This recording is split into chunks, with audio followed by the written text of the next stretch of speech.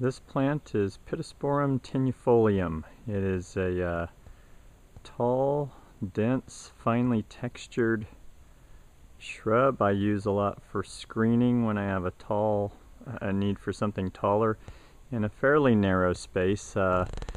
These are probably planted 3.5 to 4 feet on center. You could easily put these 5 feet on center and still get infill. Just depends on how much time you want to wait for the infill.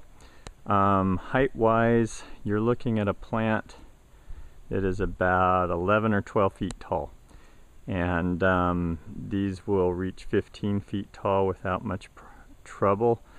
These plants are 5 years old and I have not topped them, so that's their naturally occurring height, although I have side prune them to create more density, and you can see how nice and full they are.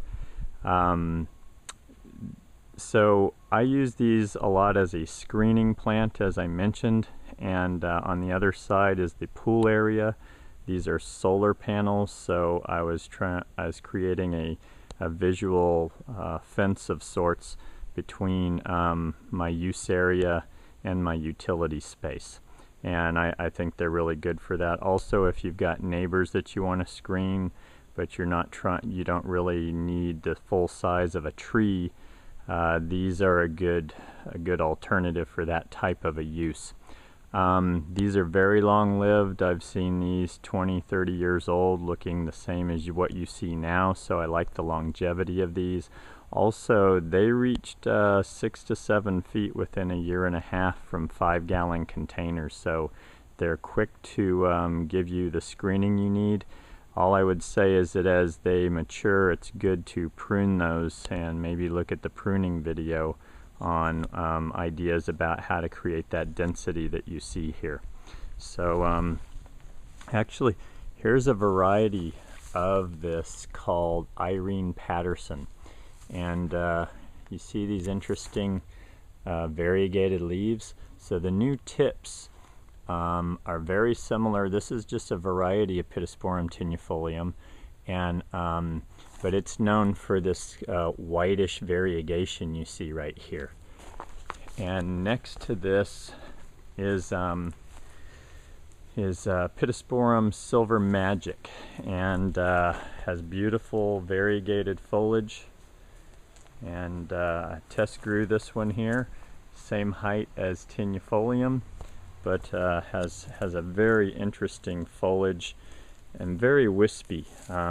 These stems are so small, they're really nice texture, I find, especially in windy areas.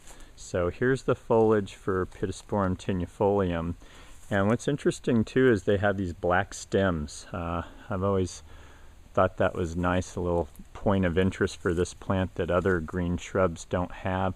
And also the newer foliage is on very small stems, so you get a nice fine texture that something like privet or English laurel or something wouldn't give you. Just a nice fine texture.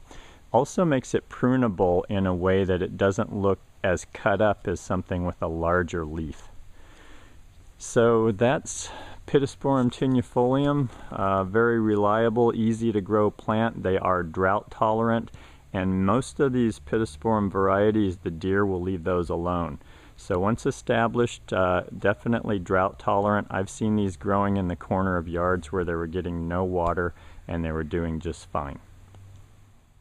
By the way, these get a small purple flower in clusters, but it doesn't really turn into much. Some of the Pittosporums turn into a messy seed, but I've had these for a number of years and that's never really been an issue, so I wouldn't consider the flower or the seed really relevant when deciding to use this plant.